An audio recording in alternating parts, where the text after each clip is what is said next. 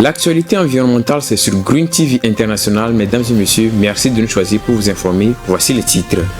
La nouvelle ambassadrice de l'environnement 2023 a été couronnée au cours d'une soirée riche en couleurs écologiques le 23 septembre dernier au Palais des Congrès de Lomé. Nous reviendrons sur cette soirée au début de cette édition. L'Angola prévoit réduire 50% de ses émissions de gaz à effet de serre d'ici 2035. Les autorités du pays mettent en place des stratégies pour mener à bien ce projet. Et puis les scientifiques de l'Université du Colorado aux États-Unis ont mis en œuvre la contribution des vers de terre dans la production agricole. Comment cela est-il possible? Vous le verrez dans cette édition. C'est tout pour les titres. Bienvenue dans ce journal.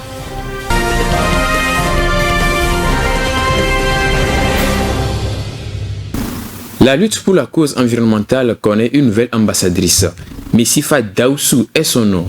Elle a été couronnée le samedi 23 septembre dernier à l'issue d'une soirée riche en beauté et en couleurs écologiques au Palais des Congrès de Lomé.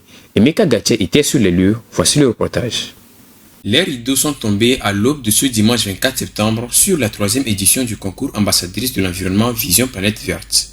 Au terme d'une soirée aux couleurs écologiques qui a duré 6 heures de temps au Palais des Congrès de Lomé, c'est mademoiselle Messifa Afi Daoussou qui a été consacrée par le jury pour prendre le relais dans la lutte de la protection de l'environnement. Je remercie tout d'abord le bon Dieu.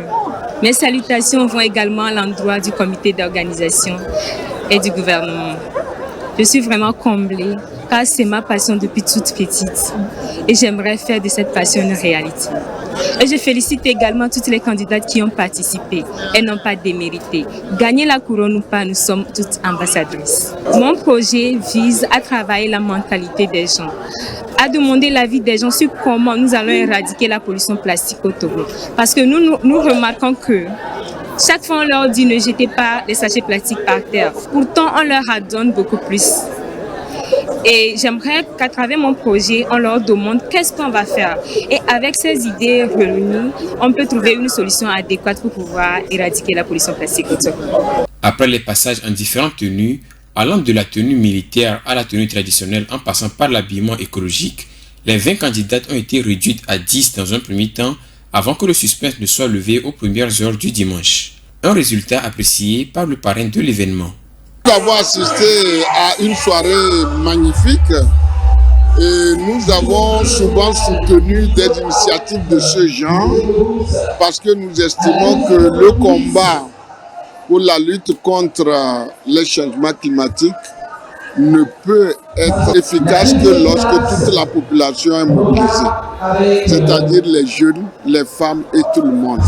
Et nous sommes heureux de constater que tous les jeunes s'approprient ce combat-là. Nous félicitons l'ambassadrice qui en est sortie. Parrainé par le ministère de l'Environnement et des Ressources forestières et celui des Sports et des Loisirs, cette 3e édition se termine sur une note de satisfaction pour les organisateurs. La femme est la première victime des effets néfastes des changements climatiques. Donc pour moi, ça est devenu un défi, c'est devenu un challenge de pouvoir mettre des initiatives à la base afin de pouvoir permettre une forte implication à la femme dans les décisions ou dans les projets environnementaux. Je peux dire que je termine cette édition sur une note satisfaisante parce que c'est un défi de pouvoir donner encore du plaisir au public tout en sélectionnant les meilleures idées innovantes afin de pouvoir contribuer d'une manière ou d'une autre à lutter contre les changements climatiques tout en impliquant la jeune fille au centre. Donc le public togolais a encore répondu à l'appel ce soir. Et je suis très fier de ce public-là et je suis vraiment reconnaissant de leur soutien ou de leurs apports à notre niveau. Débuté par l'exécution de l'hymne national,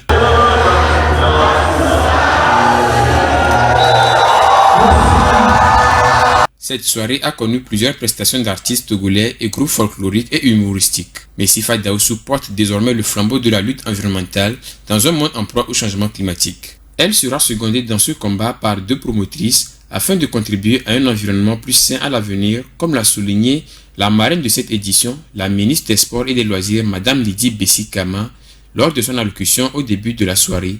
Nous n'héritons pas la terre de nos parents, nous l'empruntons à nos enfants. La question de l'assainissement est importante dans un marché. Pour la bonne santé des revendeuses, commerçants et usagers du marché de Kodomé dans la commune de Golfe 4 à Lomé, la situation est vécue différemment. Comment se passe la gestion des ordures dans ce marché? Élément de réponse dans ce commentaire. La bonne santé des hommes dépend en partie du cadre de vie. Ici, au marché de Kodomé, dans la commune du Golfe 4 à Lomé, l'entretien du marché et la gestion des ordures sont diversement appréciés par les occupants.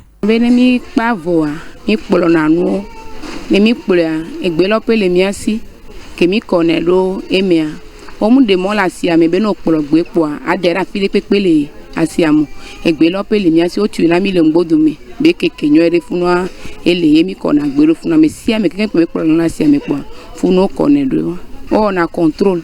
Yenti o de gbe na mi ba me de ma kpolo no le tepe o pa so e daro no vi o be tepe ala kpolo na file pa be dera file awo yenti gbe lo pe le na mi do ene kene doa e gbe lo hun bana ba lo ne eke nyanto mi ame gbe to ko la si ame de mi be dede no nyuere ta nyanto pe la gbajira no do ne ba gba nyuere po ke la do mi apata mi aji mi kpolo na yin gba ame o cha ova ala kpolo tepe o la jira edo ke ngbo pe la do asi tepe le mia sinemi we mi so ikona do kokolita na mia de kuku na obele ke mia chami we wa chane jagba ne ola we ne wa tepe chan la kolo.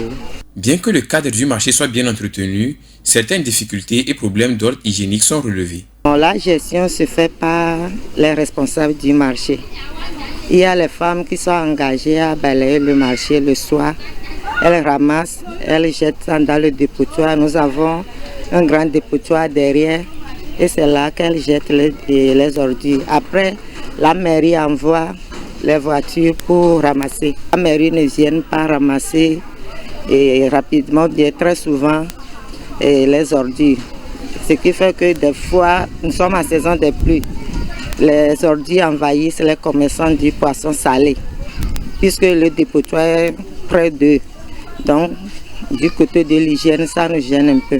Concernant les propriétaires, asiambe koko nyenya abe amole kuna nyigba na mi kaka mianya va ndeke me okuna nyigba gbe mi vana nyantomito kpone be to wona nu anyu va okune nwere no pa nyigbo na gbe akona le pa mi ne gbe adua directeur o yo na gbe ro to va lo na gbe ade pa mi sami le na bene be tepe a cas de caisse donc a ma te gbe fi abe propriété mu le pa mi propriété ade pa mi na mi a dodo mi to de kukune ya me nkono to wa ba dira.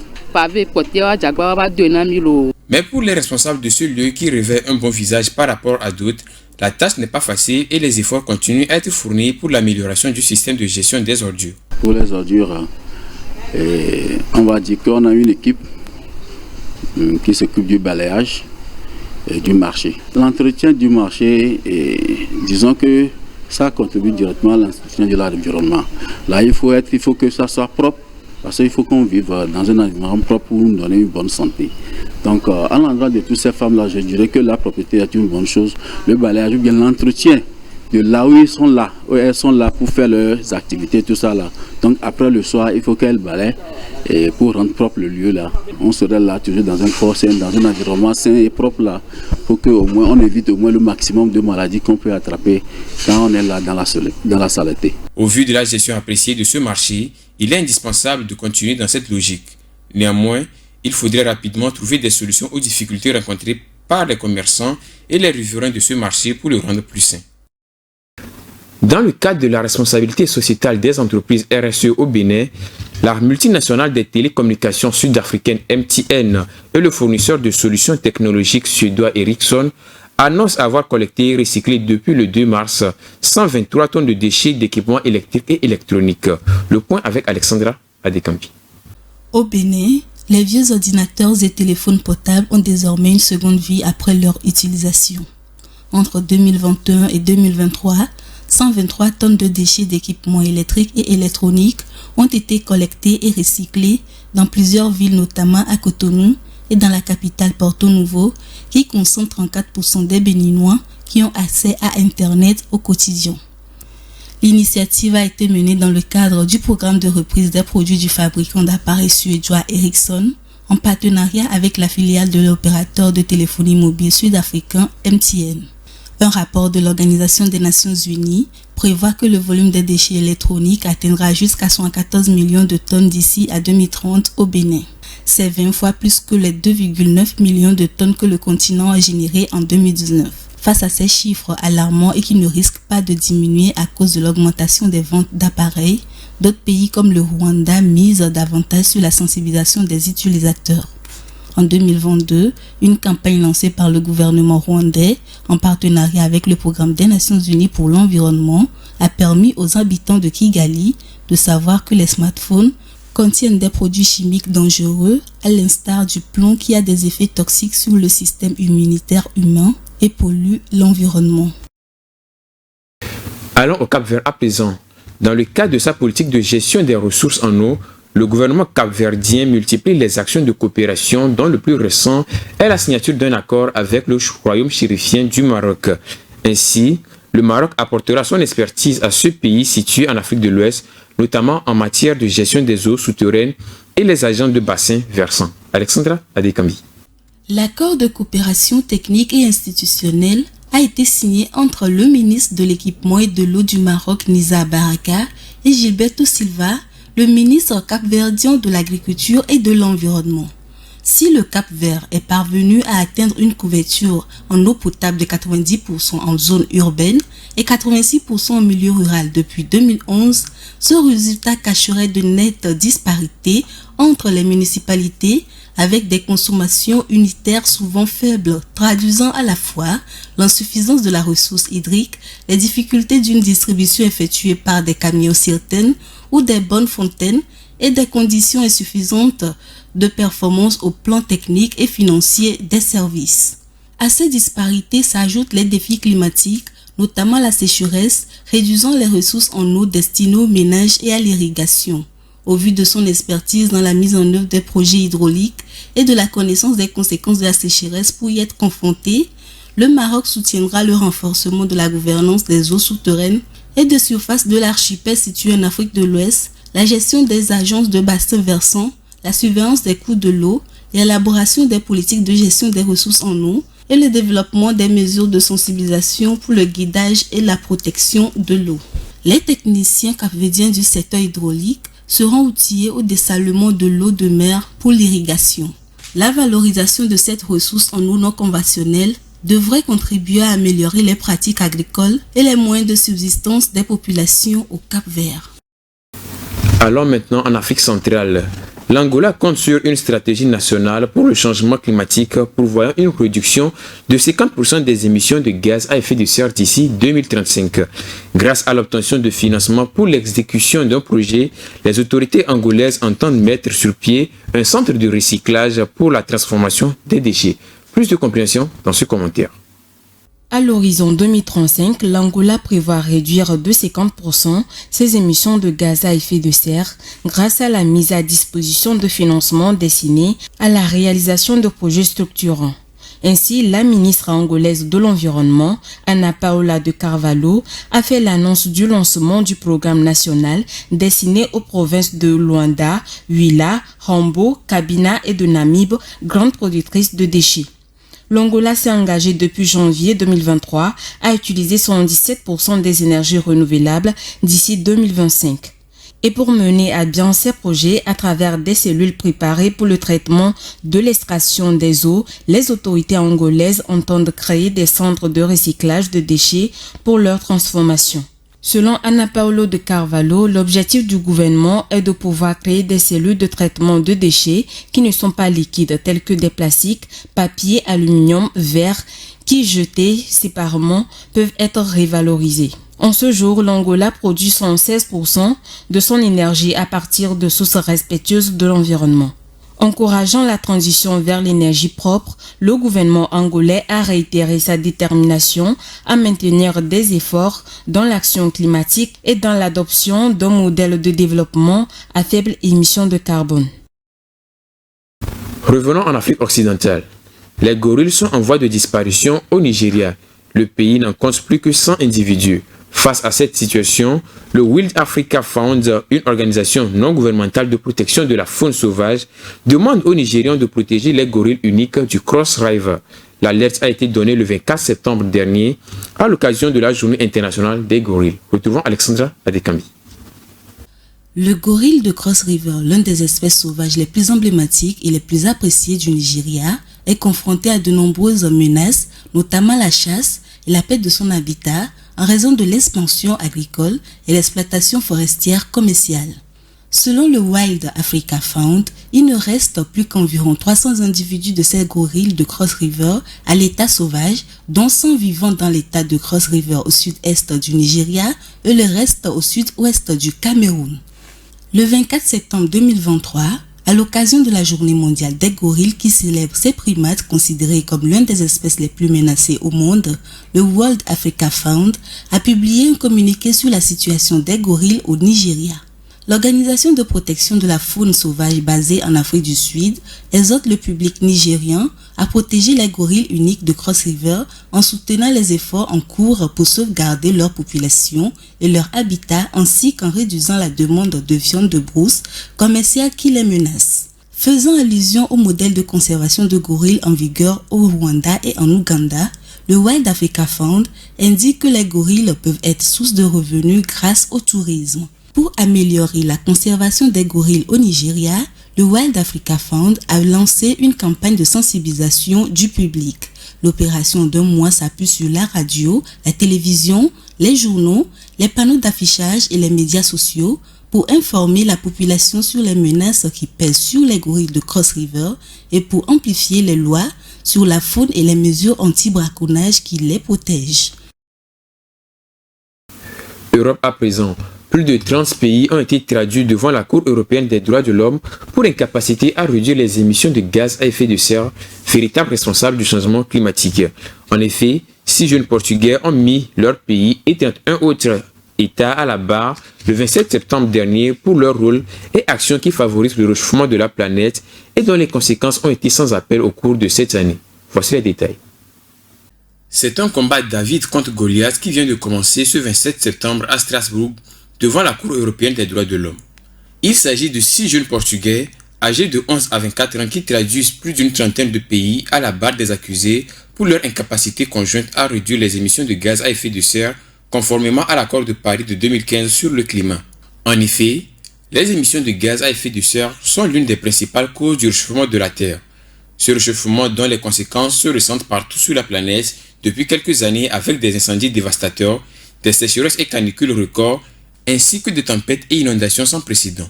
Les plaignants au cours de ce procès hors norme et susceptible de marquer l'histoire affirment que le réchauffement climatique alimenté par les émissions de gaz à effet de serre favoriserait les problèmes de santé principalement à cause des feux de forêt dont ils sont victimes. André Oliveira, l'une des plaignantes âgée de 15 ans, déclare que les gouvernements européens ne parviennent pas à les protéger alors que les enfants et les jeunes sont en première ligne face au changement climatique en Europe. L'avocat des 6 jeunes Portugais auteurs de la plainte, le Britannique Jerry Liston, espère de la Cour européenne des droits de l'homme une décision qui agirait comme un traité contraignant les pays et les intimant d'accélérer leurs efforts pour atténuer le changement climatique. La pollution liée au déplacement pour se rendre au travail baisse automatiquement lorsque les salariés sont en télétravail. Ils produisent 54% de CO2 en moins que ceux qui se rendent au bureau. Ce chiffre est cependant relativisé car certains télétravailleurs polluent plus en restant chez eux qu'en se rendant au travail. Le télétravail est-il plus écologique que le travail au bureau? Les éléments de réponse avec Rafitou Mbereko. Une étude menée aux États-Unis démontre que l'empreinte carbone d'un salarié est surtout constituée de sa consommation d'énergie au bureau et de ses trajets en voiture, notamment entre le bureau et le domicile. Ce dernier indicateur baisse automatiquement quand le salarié est en télétravail. Il ne se déplace plus pour aller au bureau, mais cela ne veut pas dire qu'il consomme moins. Selon Fenki Yu, co-auteur de cette étude, les gens disent « Je travaille depuis chez moi, je suis neutre en carbone », mais cela n'est pas toujours vrai. En effet, tous les télétravailleurs ne vivent pas dans des logements économiques en énergie. Les outils informatiques des bureaux consomment aussi souvent moins que les équivalents individuels comme les imprimantes par exemple. De plus, le télétravail a poussé de nombreux salariés à déménager vers les zones rurales plus éloignées du bureau. Le télétravail est-il plus écologique que le présentiel? Cette étude publiée dans la revue Proceedings of the National Academy of Science s'est sérieusement penchée sur la question, a souligné des gardiens. Après les recherches, elle révèle que les salariés 100% en télétravail émettent 54% de CO2 en moins que les salariés en présentiel. Ce chiffre doit être pris en compte car certains télétravaillent polluent plus en restant chez eux qu'en se rendant au travail. Les vers de terre sont des stimulants dans la production agricole. Leur rôle dans la productivité des plantes est important et qualifié de près de 6% du rendement agricole mondial, notamment dans la culture des céréales et 2% dans la culture des légumineuses. Cette contribution est mise en avant par des scientifiques de l'Université de Colorado aux États-Unis. Plus de détails dans ce récit signé Léonce Sagbo. Ils sont tout petits et parfois invisibles. Pourtant, les vers de terre jouent un rôle non négligeable dans l'amélioration des rendements agricoles, confirme une étude parue à la fin de ce mois de septembre dans la revue Nature. C'est la première fois que le rôle de ces vers de terre a été quantifié dans la production agricole. Malgré leur physique rudimentaire, les lombrics contribuent à plus de 6% du rendement céréalier et à plus de 2% de toutes les légumineuses produites dans le monde. Des chiffres assez impressionnants, puisque sans eux, nous aurions 140 millions de tonnes de nourriture en moins chaque année, selon les calculs des scientifiques de l'Université de Colorado sur les cultures de blé, de riz, de maïs, d'orge, du soja et du pois chiche. Ces vers stimulent la productivité des plantes de plusieurs façons, notamment en creusant des trous dans la terre, permettant une meilleure diffusion de l'eau de pluie. Ils avalent également des débris organiques et fournissent en les digérant des éléments nutritifs des plantes et aideraient la production des hormones de croissance des plantes. D'autres études montrent qu'au-delà des céréales, les lombrics peuvent augmenter la productivité des végétaux d'environ 25%, ce qui est important pour oxygéner et capter le carbone. Rappelons que 4 ans auparavant, des chercheurs allemands ont dressé un atlas de la présence des lombrics dans le monde. Ceci a montré que ces vers sont moins nombreux dans les zones tropicales et menacés dans les zones à agriculture intensive. Une situation qui s'accentue avec le réchauffement climatique. Pour les chercheurs du Colorado, gérer les sols de manière plus durable, avec moins de labeur, de pesticides, mais davantage de compost, de fumier ou de résidus de culture est la solution pour améliorer la productivité agricole avec la présence des vers de terre. Leur étude montre d'ailleurs que comme en Afrique subsaharienne et en Amérique latine, moins il y a d'apport d'engrais chimiques, plus les vers augmentent de 6% à 8%, voire 10% la productivité des céréales. Pour finir, ils insistent sur le fait que ces pratiques conforteront aussi d'autres micro-organismes sous nos pieds, car le sol contient près de la moitié de la biodiversité sur la planète. Et pour clore cette édition, notons que 9 pays africains ont déjà signé le traité international sur la protection de la haute mer au siège des Nations Unies la semaine dernière à New York. Le texte qui entrera en vigueur en janvier 2024 devrait siffler la fin de l'exploitation illicite des fonds marins dont les écosystèmes sont vitaux pour la survie de l'humanité malgré la menace pressante du changement climatique. Un défi pour la mise en œuvre du 14e objectif de développement durable ODD 14. Le point avec Alexandra Adekambi. La Sierra Leone, les Seychelles, le Congo, l'île Maurice, le Malawi, le Maroc, le Gabon, la Tanzanie et le Ghana sont les 9 pays africains qui ont déjà signé le traité international sur la protection de la haute mer au siège des Nations Unies. Une étape importante que vient de franchir le traité, soit 15 autres pays représentés à la 78e Assemblée générale de l'Organisation des Nations Unies ont également signé ce traité. Ce test sur la biodiversité marine aurait requis plus de 17 ans de négociations, souvent stériles, jusqu'à son adoption par consensus en juin 2023. La Chine, l'Australie, les États-Unis d'Amérique, le Chili, le Royaume-Uni, le Costa Rica, le Mexique, l'Espagne, l'Allemagne et la France ont aussi paraphé le nouveau traité. Les scientifiques en la matière et les défenseurs de l'environnement martèlent depuis des décennies que les milieux marins sont un puits de carbone essentiel à la lutte contre le réchauffement climatique. L'océan a ralenti le rythme du changement climatique anthropique en absorbant près de 30% des émissions de dioxyde de carbone. Le traité international sur la protection de la haute mer est donc une avancée majeure pour la préservation du potentiel faunique et floristique des grands cours d'eau. Son entrée en vigueur prévue pour janvier 2024 devrait très vite permettre aux défenseurs de l'environnement de confirmer la sincérité des parties signataires par rapport aux engagements contraignants de ce contexte. C'est la fin de cette édition. Merci de votre fidélité à Green TV International. Bonne suite de nos programmes.